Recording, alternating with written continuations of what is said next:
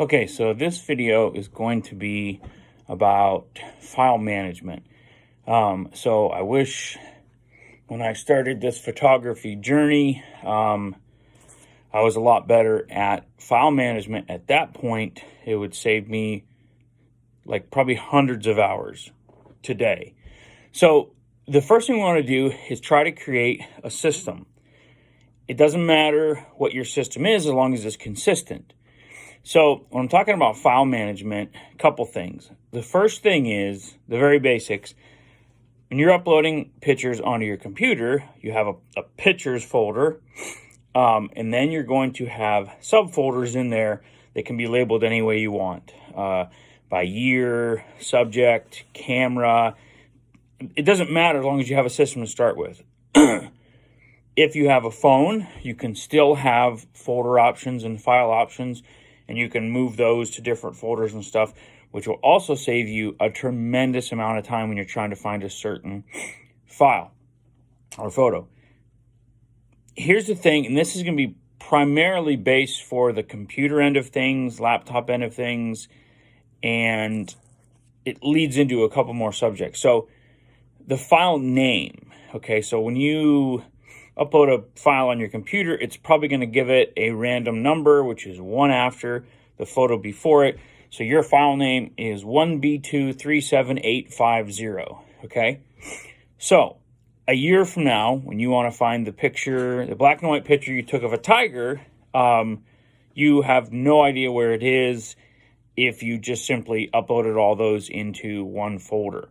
You might know like when you took it, and you can kind of dig through and find it, but it's not a good system. So how to improve that system is develop a legend or a code of some kind. So this could be very simple. This could be the number 1 means it's an animal. Number 2 means it's a person. Number 3 means it's a vehicle, so on and so forth. And you simply could set up your files with that numeric coding. So if the file number was 13728, that meant it was a person. You took the photo in Pennsylvania. It was wintertime. Whatever those code words are, I mean, you can literally make it anything you want, just based on your subject. So here's some simple advice on how to develop that code system. And here it is. Who, what, when, where. Okay? Who. So it could be a person. If it's not a person, then what is it? Okay? So if it's a car, we don't have who in that file name. Skip that one. We have what. We still have when. And we have where. It's a Mustang convertible. I took it at Presque Isle in 2018. So that file name could be 1/3/2018 and the number 1 after something. So that's of that series of photos in 2018 at Presque Isle, that's the first one you took. One way of doing it. So it's just very simple. Set up your key, your legend on a separate piece of paper, and you have it there. And whenever you need to find a picture of that, you know where it is based on that. That's one way. If you're just going to keep the files to yourself, that's probably a great way to do it. The other way, if you're going to put your photos online and try to sell them or put them on a web page or any of those things, is to start getting your tags / keywords in the file name. So, using again, who, what, when, where. If I took a picture of John at Presque Isle in 2018, that file could say, now remember, with file names, it's got to be one consecutive thing. You can't have spaces, but it could still say John Presque Isle, photo number 3, or John Presque Isle 18 for 2018, number 3.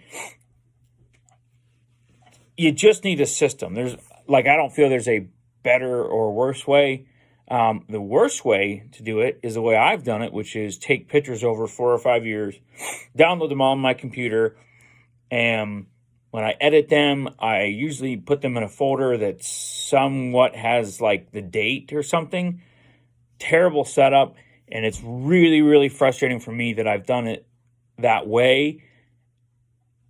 And I have like, I don't know, 25,000 images on my Lightroom account. So, I mean, it would be hundreds of hours for me to go back and do it the right way.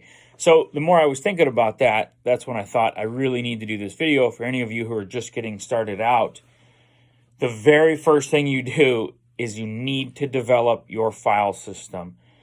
I met a guy one time on a birding trip. I can't remember quite how he had it, but he had it like a true science. Like everything was coded in the file name.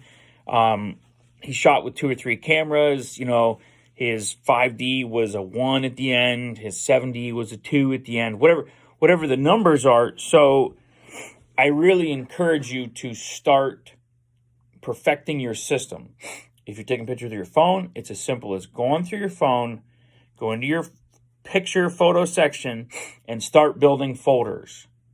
Even as simple as people, animals, landmarks, and start moving those photos into those and get in the habit of that. And when you start to do that and see, you know, how great it is when, you know, you're trying to show off your kids, your pets or whatever, or you know, you went on a trip 2 years ago to Paris and you want to show a friend your picture of the Eiffel Tower and you have 3,500 photos on your phone. So you're like, wait, hold on a second, let me find it. And like 10 minutes later, you find that picture, or don't find it because you get frustrated. That picture should be in your album, Paris trip 2018, and any other info that you think would help that. So that's for yourself more.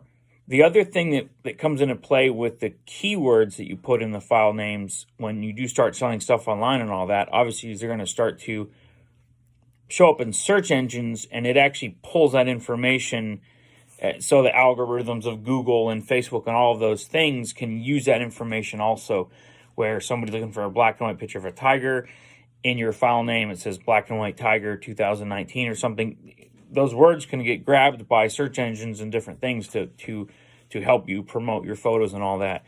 So I challenge everybody to sit down with a pen and paper today and take 20 minutes or half an hour or something and just start scribbling. You know, put the number 1 and put, who, what, when, where.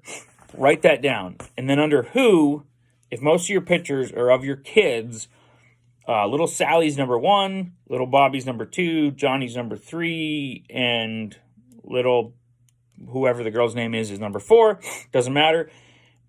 You'll start to really understand how helpful this is the next time you look for a photo, or if you ever upload your images to different sites or anything like that.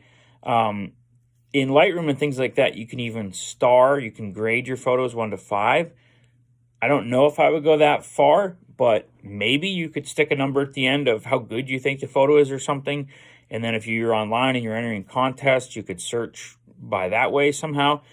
The main thing is sit down, take the time to start thinking about your file management situation and how you want to handle it. I also do recommend, and I'll put some links in here in the comments of some different external hard drives that I'd recommend as backups. Those are really come down in price. I mean, you can get a huge one for probably $40, $50, $60.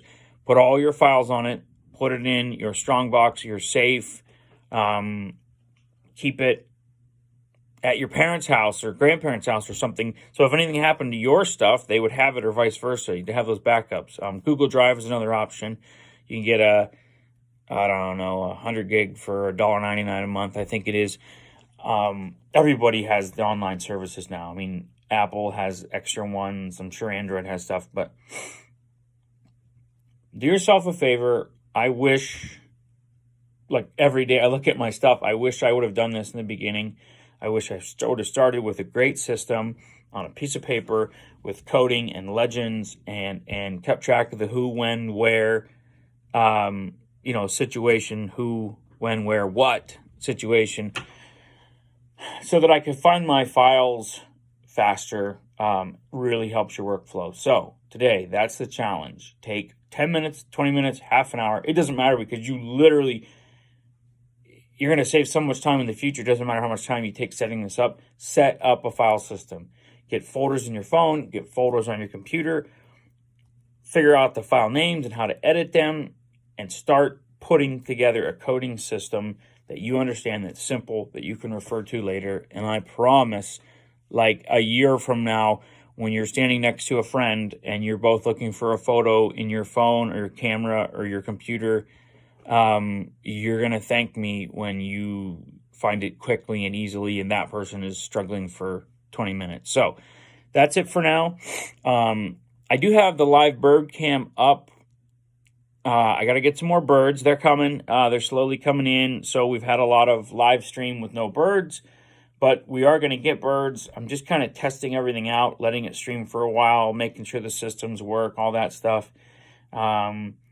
And I think it'll be a neat thing once it gets going. I'll turn it on every morning so everybody can see the different birds here in Pennsylvania, and maybe some of the other followers will turn theirs on in Texas or Arizona or wherever. So, but this episode's about file management. I have a lot of good ideas I'm thinking about in the future for more videos, and they will be up soon. File management, take time today. If you have any questions, message me, comment below, whatever. If you have a really great idea of how you do it, comment below so people can see it. And that is it. I need YouTube subscribers badly, so you find me on YouTube. I put the same videos on Facebook as I do on YouTube, and I put a lot of them on Instagram also. Just type Spartanized Photography on any of those things. If you get a chance, hop into some of the promotions I've put up. Some of the stores at the top of my comment link there. And try to buy from some of those vendors, or at least look at what they have to offer. That would help me. So, yeah, that's it for today. File management: who, what, when, where. Use those principles, come up with folders, file stuff. You'll thank me later. And that's it for today. Thank you.